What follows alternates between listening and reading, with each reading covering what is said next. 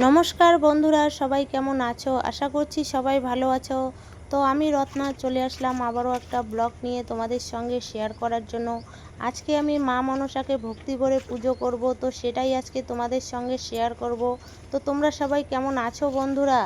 তো দেখো বন্ধুরা, আমি মা মনসার ঠাকুর ঘরটা ভালো করে লেপে নিচ্ছি প্রথমে।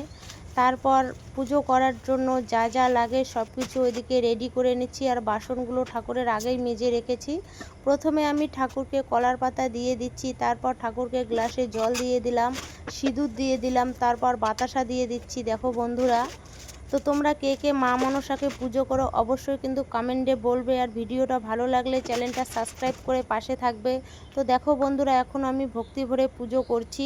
আপনাদের যদি এই ভিডিওটা ভালো লাগে, লাইক এবং শেয়ার, চ্যানেলটা সাবস্ক্রাইব করতে ভুলবে না। সবাই ভালো থাকবে, সুস্থ থাকবে, এটাই আমি চাই।